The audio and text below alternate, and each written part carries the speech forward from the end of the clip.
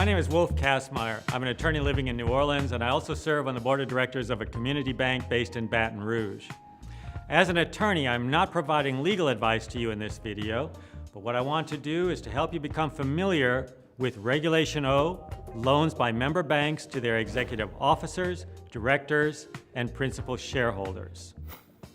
Regulation O came about because it wanted to prevent insider abuse. Directors, executive management, principal shareholders, insiders cannot look at a bank as their personal piggy bank.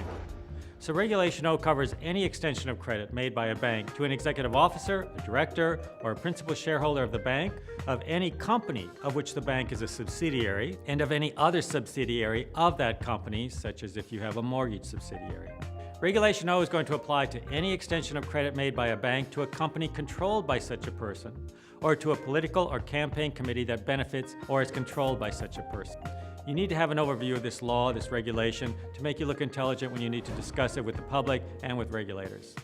There's a possibility of damage to your financial institution if you don't adhere to these principles. Now, there are some definitions that you need to be familiar with. A director does not include advisory directors. Advisory directors are those not elected by the shareholders, not authorized to vote on matters before the board, and who provide solely general policy advice to the board. Executive officers are any person who participates or has the authority to participate in major policymaking functions of the bank. The regulation itself states that the chairman of the board, the president, all vice presidents, the cashier, secretary, and treasurer are considered executive officers unless they are excluded by the board by a resolution or in the bylaws. Definition of immediate family: your spouse, minor children, and any children, including adults, residing in the home. An insider, an executive officer, a director, or a principal shareholder. And this also includes any related interests of such a person. There's an extensive definition of lending limit in the handout, which you should look at. A person you need to consider as an individual and as a company. A principal shareholder, a person that directly or indirectly owns, controls, or has the power to vote more than 10% of any class of voting securities of a bank. Shares owned by members of the immediate family are considered to be held by the individual. A related interest is a company that is controlled by that person, or a political or campaign committee controlled by the person, or whose funds will benefit that person. An extension of credit under Regulation O is the making or renewal of any loan, the granting of a line of credit, or extending credit in any manner, including purchase under a repurchase agreement of securities, other assets, or obligations, an advance, whether it be a cash item or an overdraft, the issuance of a standby letter of credit, acquisition by discount, purchase, exchange, or otherwise of any note, draft, bill of exchange, or other evidence of indebtedness.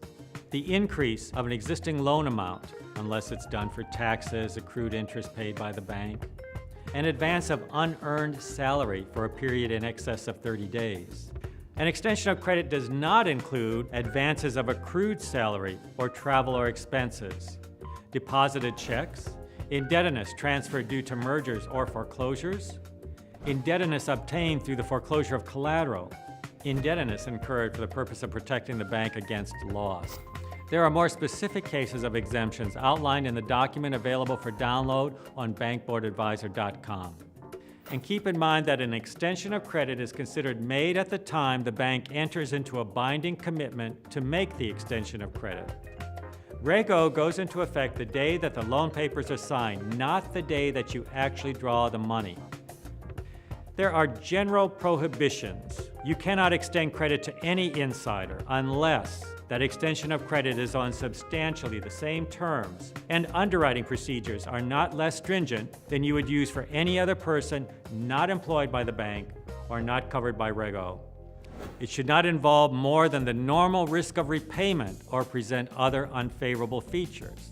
There's a need for prior approval. You may not extend credit, including a line of credit, to any insider in an amount that, when aggregated with the amount of all other extensions of credit to that person, exceeds the higher of $25,000 or 5% of the bank's unimpaired capital and unimpaired surplus, unless that extension of credit is approved in advance by a majority of the entire board and the interested party has not participated in the voting.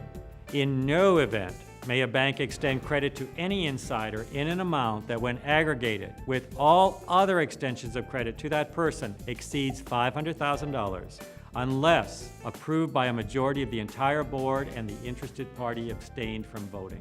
These approval requirements are not necessary for extensions of credit made pursuant to lines of credit that were approved within 14 months of the date of the extension of credit. You cannot extend credit to any insider in an amount that, when aggregated with the amount of all other extensions of credit by the bank to that person, exceeds the lending limit of the bank. And under the aggregate lending limit limitations, you may not extend credit to any insider unless the credit is an amount that, when aggregated with the amount of all outstanding credit to all such insiders, does not exceed the bank's unimpaired capital and unimpaired surplus. If you are a financial institution that has less than $100 million in deposits, you may, by an annual resolution of your board, increase the aggregate lending limit not to exceed 2 times the amount of unimpaired capital and unimpaired surplus. If you're going to do this, it must be a prudent action with safe, sound banking practices in mind in light of the bank's experience in lending to insiders. It must be something that should be necessary to attract directors or to prevent restricting the availability of credit in small communities. And the bank must meet or exceed all applicable capital requirements of the regulator. The bank must also receive a satisfactory composite rating in its most recent examination report. There are some exceptions to the aggregate lending limit based upon collateral securing the loan and other financial requirements. All of these are outlined in the handout on bankboardadvisor.com. The general rule is that a bank cannot pay the overdrafts of an executive officer or a director unless the payment is made pursuant to a line of credit that was properly established, or there is an arrangement to transfer funds between accounts to cover the overdraft. This prohibition does not apply to principal shareholders unless that shareholder is also an executive officer or director. It also does not apply to related interests of executive officers, directors, or principal shareholders. Inadvertent overdrafts are permissible, provided they are in an aggregate amount of $1,000 or less, and the account is not overdrawn for more than 5 business days, and the standard NSF fee is charged. There are additional restrictions of loans to executive officers of banks. Everything we've already discussed still applies, but these following restrictions are additional and specific to executive officers of the bank only. A bank can extend credit in any amount to executive officers to finance the education of their children, to finance or refinance the purchase, construction, maintenance, or improvement of the home, in any amount for refinancing, so long as the refinancing repays the original amount of credit, closing costs, and any money allotted for construction, maintenance, or repairs to the house. If the loan is collateralized as described in Regulation O, you can extend credit in any amount.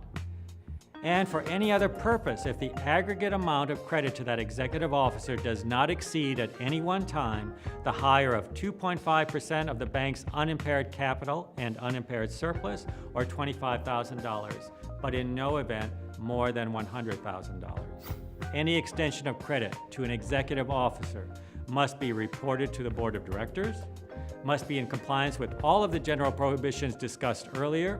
The executive officer must have provided a detailed current financial statement, and the actual loan document must contain a demand clause, a due and payable provision at the bank's option at any time the officer is indebted to any other bank in an aggregate amount exceeding the limits set forth in Regulation O. Each bank must maintain records showing compliance with Regulation O. Now, there are also certain disclosure requirements under Regulation O. Members of the public can request the names of executive officers and principal shareholders to whom or to whose related interest the bank has credit outstanding that, when aggregated, equaled or exceeded 5% of the bank's capital and unimpaired surplus, or $500,000, whichever amount is less. Should you ever get a request for such information, contact your local counsel for guidance on how to answer that request.